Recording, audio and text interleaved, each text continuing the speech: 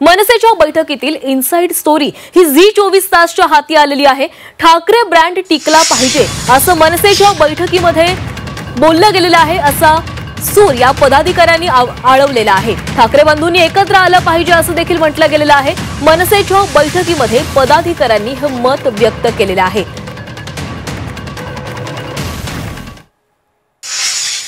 महाराष्ट्रातल्या जनतेला जसं वाटतं की ठाकरे ब्रँड हा टिकावा महाराष्ट्रामध्ये, या महाराष्ट्रामध्ये केवळ फक्त माननीय राजसाहेबांची किंवा ठाकरे बंधूंचीच, ठाकरे कुटुंबाचीच हे दादागिरी चालावी, म्हणजे राजकीय दृष्ट्या। आणि ज्या पद्धतीनं आपण इतर पाहिले असेल की लोक परप्रांतीय जे नेते लोक आहेत, म्हणजे कंपोज असतील, कंगना राणावत असेल किंवा किरीट सोमय्या यासारखे असतील, यांची दादागिरी जी वाढली गेलेली आहे, याला कारण का तर दोन भावांमध्ये फूट पडलेली आहे की जसं आपण एखादं घर चालू नये म्हणून एखादा शेजारी आपल्यामध्ये भांडणं लावतो आणि त्याचा फायदा घेतो, त्याच्या प्रकारे आत्तापर्यंत फायदा गेलेला आहे। आणि हे दुर्दैवाने थांबावं असं महाराष्ट्रातल्या जनतेला वाटतं, आम्हाला देखील वाटतं। आणि यानंतर आपण थेट आमच्या प्रतिनिधी सीमा आढे यांच्याकडे जाणार आहोत। सीमा, याआधी जेव्हा शिवसेना ठाकरे गटाची बैठक झालेली होती, त्या बैठकीमध्ये पदाधिकाऱ्यांनी सेम अशीच भूमिका, सारखीच भूमिका मांडलेली होती। आणि आता जेव्हा मनसेची बैठक झाली, त्या मनसेच्या बैठकीमध्ये देखील ठाकरे बंधूंनी एकत्र यावं असं मत पदाधिकाऱ्यांनी व्यक्त केलेलं आहे। बैठकांमध्ये चर्चा केल्या जात आहेत, मात्र आता दोन्ही जे सिनियर ठाकरे आहेत ते याबाबत नेमकी भूमिका कधी स्पष्ट करणार याकडे देखील लक्ष लागलेलं आहे।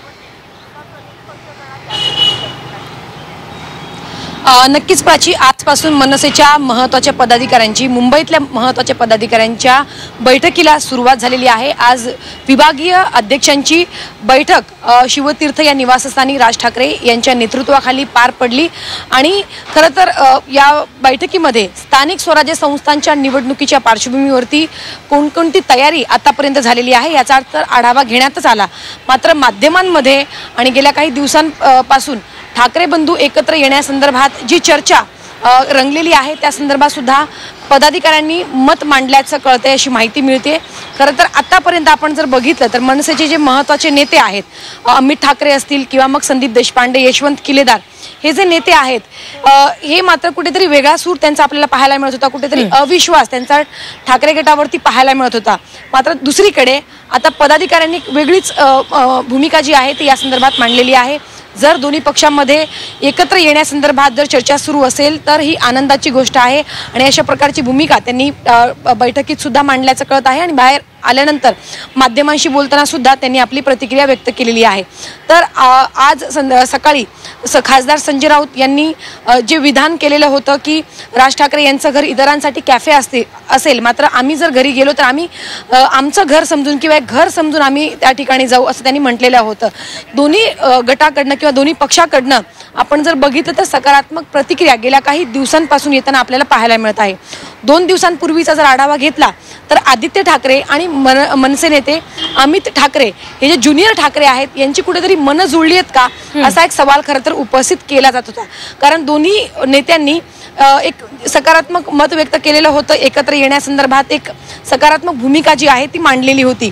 आजपासून बैठकीला सुरुवात झालेली आहे राज ठाकरे यांच्या नेतृत्वाखाली। आणि अर्थात मुंबईतल्या पदाधिकाऱ्यांचं नक्की काय मत आहे हे सुद्धा जाणून घेण्याचा प्रयत्न जो आहे तो केला जातोय। आणि त्या अनुषंगाने पदाधिकारी सुद्धा खुलून बोलताना आपल्याला पाहायला मिळत आहे।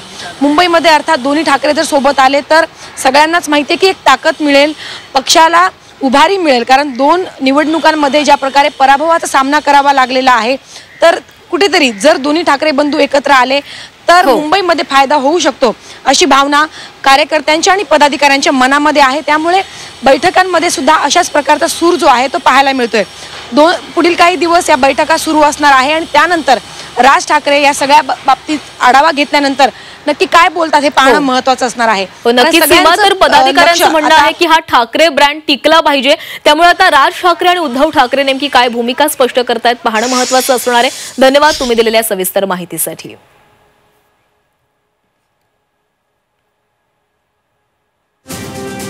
तर ठाकरे ब्रँड टिकला पाहिजे असं मत मनसेच्या बैठकीमध्ये पदाधिकाऱ्यांनी व्यक्त केलेलं आहे। ठाकरे बंधूंनी एकत्र आलं पाहिजे असं मत या मनसे पदाधिकाऱ्यांचं आहे। महाराष्ट्राच्या राजकारणात ठाकरेंची दादागिरी चालावी असं देखील या पदाधिकाऱ्यांनी म्हटलेलं आहे। राजकारणात परप्रांतीय नेत्यांची दादागिरी थांबली पाहिजे असं देखील पदाधिकाऱ्यांचं म्हणणं आहे। महाराष्ट्रातील जनतेला जे वाटतं ते पदाधिकाऱ्यांनाही वाटतंय.